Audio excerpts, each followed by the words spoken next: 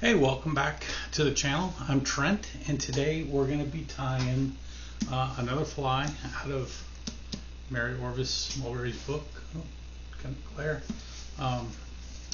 And the fly I'm going to tie today is the Red Ibis right here. So in the book, there's not a lot about the Red Ibis as far as what they use to tie it, other than the Red Ibis, which is a bird that it's a red bird. So there's a lot of flies in this era that are named the Red Ibis because they use those red feathers. For my tie today, I'm going to be using a red Indian hen saddle patch. For the tail, I'll be using slips. It'll be a married tail of slips of red and white goose shoulder. There's a butt section of black ostrich. The body will be red Danville floss. There's a butt section, or a tag section rather, that is going to be gold mylar, and then I'm going to rib it. I have some antique embossed gold tinsel that I'll be embossing it with. So that'll be the fly. Sit back, enjoy yourself, grab a cold beverage, and let's get into the tie. Alright, I went ahead and put a hook in the vise. This is just a size 4. You know, at that time they would have been using blind eye hooks, but we're just going to use this one, and I'm just going to go ahead and start a thread base. My bobbin's kind of tight, so I'm just going to take the thread back, go ahead and clip it at this point.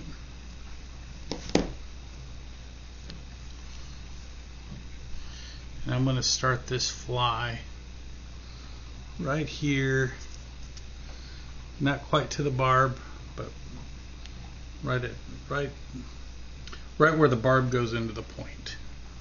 So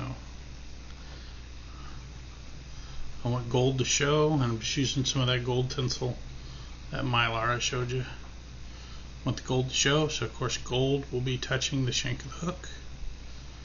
Give a couple securing wraps, then I'm just going to move my thread forward out of the way.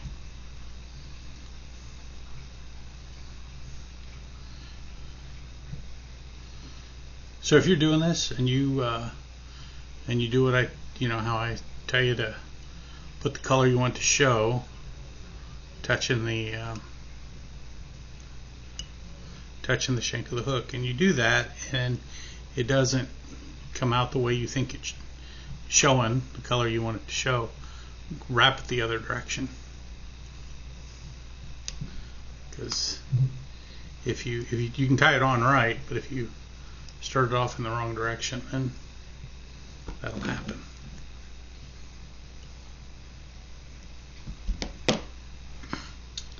So that out of the way. So the next will be the butt, and I went ahead and married my tail section off camera. Whoop. Just give me just a second. Must be a little unruly. Alright, so I have the tail of the white and red goose slips, and I just want that to be equal to the shank of the hook, like so. Found my bobkin. I say this quite a bit normally but what you want to do is just bring those fibers and straddle either side of the hook shank, like so.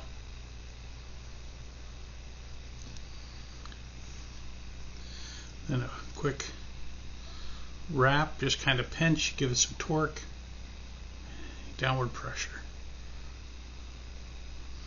And then I have my tail, and my tail's kind of on either side of the hook at this point. So what I'm going to do is take my bobkin, get it, and I'm just going to grab both ends kind of work it a little bit, and now it's on the top of the shank of the hook.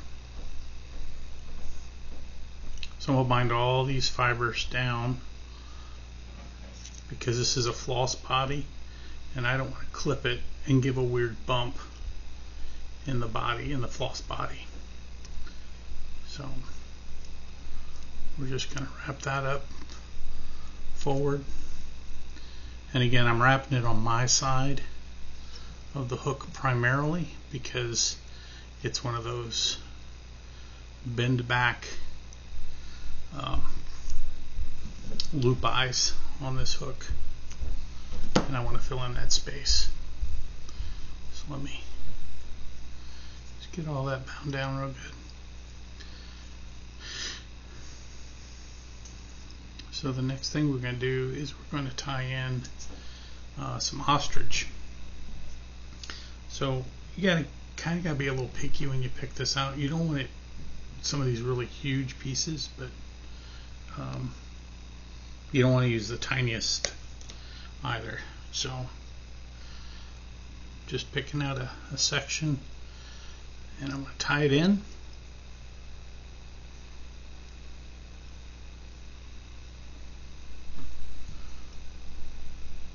Just collecting collection wraps there. And I'm just going to give it,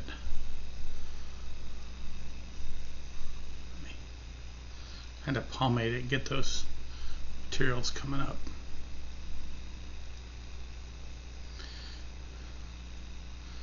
Now it's your fly, so when you're doing this, you know, you want to be able to see this, but you don't, you know, it kind of depends on the fly itself and the feather, how many wraps you're going to give it. But you definitely want it to look like a little puff. And I've seen people do this step, and they used black chenille, just like a single wrap of black chenille as well. I just like the ostrich. I think it looks nice. So either one would work.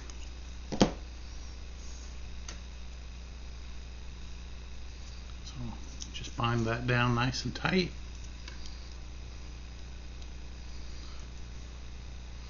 Next thing we're going to do is tie in our ribbing. Again, I'm using some antique. And I say antique because the man that gave it to me was quite old, and he'd had it for a long time, and I don't see it very often anymore. So, and this is not the Mylar, this is gold all the way across, so it doesn't matter. You know, you don't have a gold and silver side, is what I'm saying.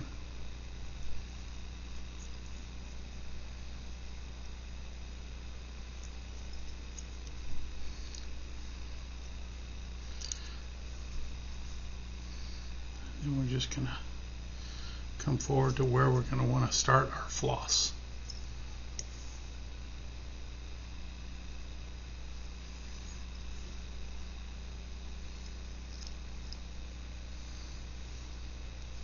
So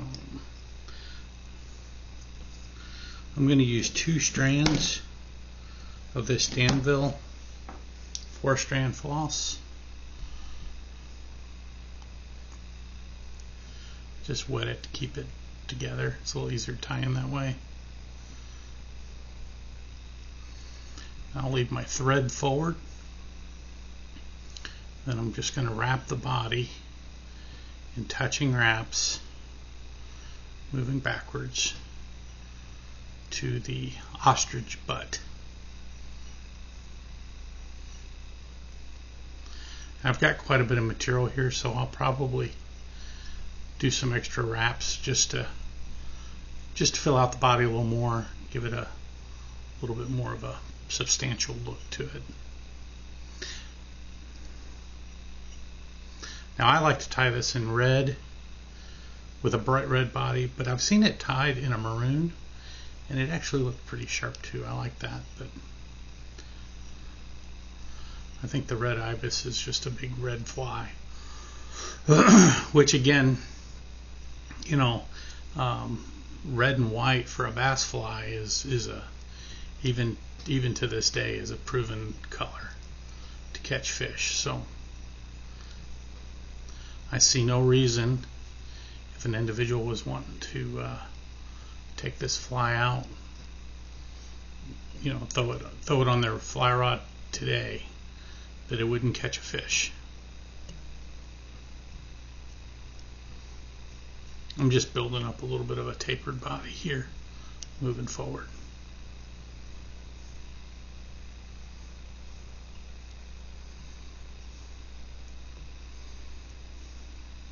You notice these wraps I'm taking, going over the top towards, away from me, towards the camera. I only mention that because when I do the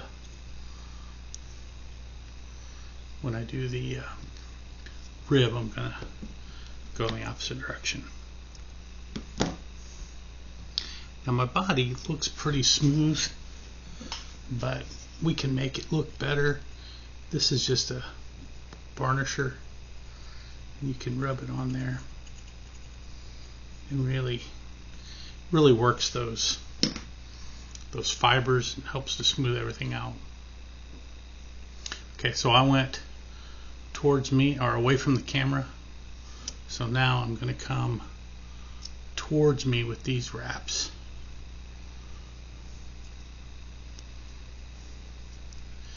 And I like to use these embossed tinsels when I'm doing bass flies, because they've got a little bit of texture to them, and they really help to reflect for the fish.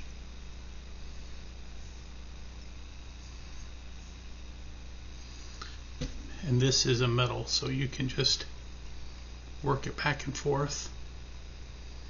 Ideally, there you go, and it'll break off for you, just like you could helicopter any wire. There we go. And those wraps look pretty darn good. So now we'll just cock that tail up. We're going to put in the wing, and the wing it's real important. You can see the hide here on the back side, right? When you select for a wing, you need to pick one from the right side and one from the left side. Okay, don't go in the middle and get your feathers, because they're not gonna work out the way you want them to when you put them on. So here you can tell it's concave side to concave side. It gives you a nice flat wing. Now there is a school of thought, and I'll show you, that says to put your wings the concave sides apart, and I'll show you what that would look like. And that would look like that on the fly. Now what would happen is when you strip that through, these would lay flat and then they'd spring back out. They'd give a little bit more movement. It's really up to you how you want to fish this and how you want to tie those on. But it's kind of two different schools of thought. I think a lot of traditionalists are going to say concave to concave. So let me clip some of this excess here. Alright. See how they want to cross? You don't want that to happen. So you're going to have to uncross them and then bring them down onto the shank of the hook. Just like so. Give a couple loose wraps, just kind of collecting wraps. And get that feather oriented the way you want it. Okay. I want this one. Whoa.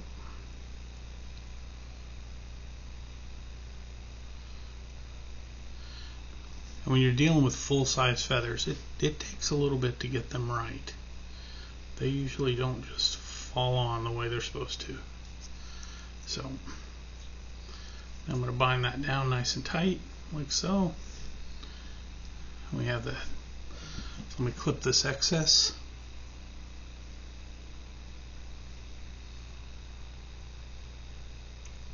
Like so. Alright, now I'm gonna, oh, did you see that? I should have held on to it when I clipped it, because that messed with my orientation of my feather. So now all we gotta do is put in the collar. And for the collar, I'm just using another feather off of this Indian patch.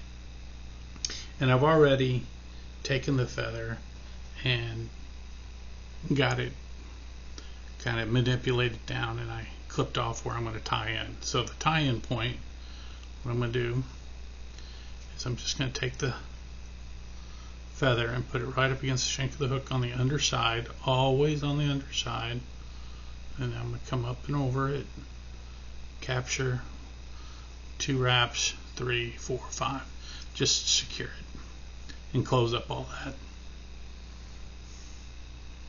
So the next thing we'll do is we're just going to take this material and we're going to just kind of stroke it together. So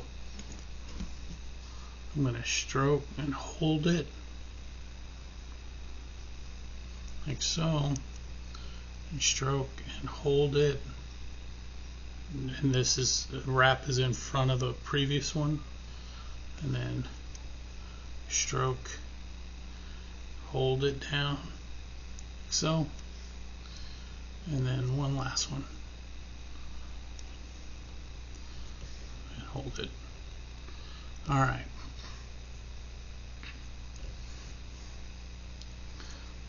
so now we'll just come up and over the top like so. It secures that quill. We can clip it. I just like to wet my fingers, brush everything back out of the way so I can tie in my head.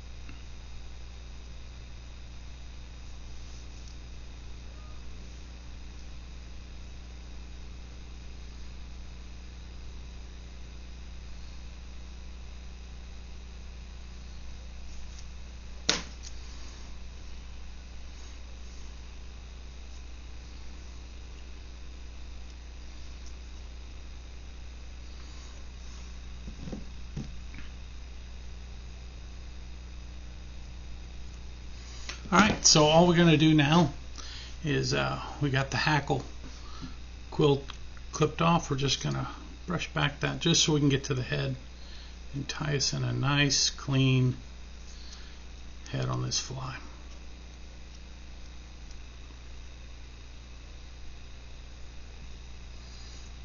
So that is finished. Grab the whip finish tool and this fly will be complete. So it's just a 1, 2, 3, 4 turn whip finish, down, clipped.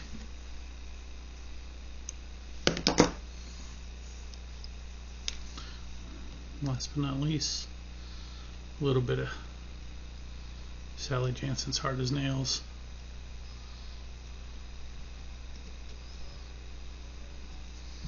To finish off the head.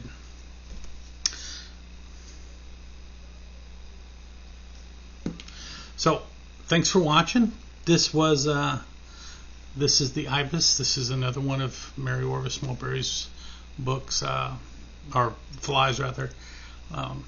If you like this content and you like seeing these type of flies in this era of tide, hit my like, subscribe, or follow, and so you can follow along with me on this or on Monday nights when I tie live. Thanks a bunch, and until next time, I'll see you around the vise.